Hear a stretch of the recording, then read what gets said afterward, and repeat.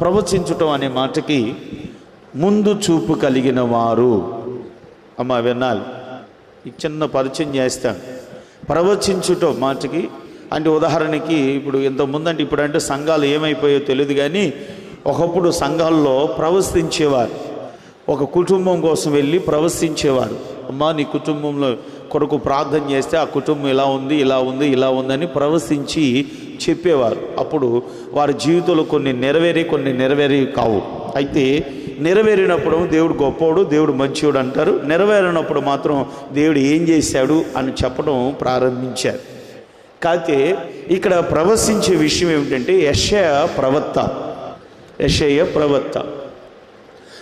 ప్రవక్త అయి ఉండి దేవుడిని కనిపెట్టుతూ దేవుని దగ్గర ప్రవశిస్తూ ఉంటే ఈ భూమి మీద ఉన్న ప్రజల సంగతి ఏమిటి?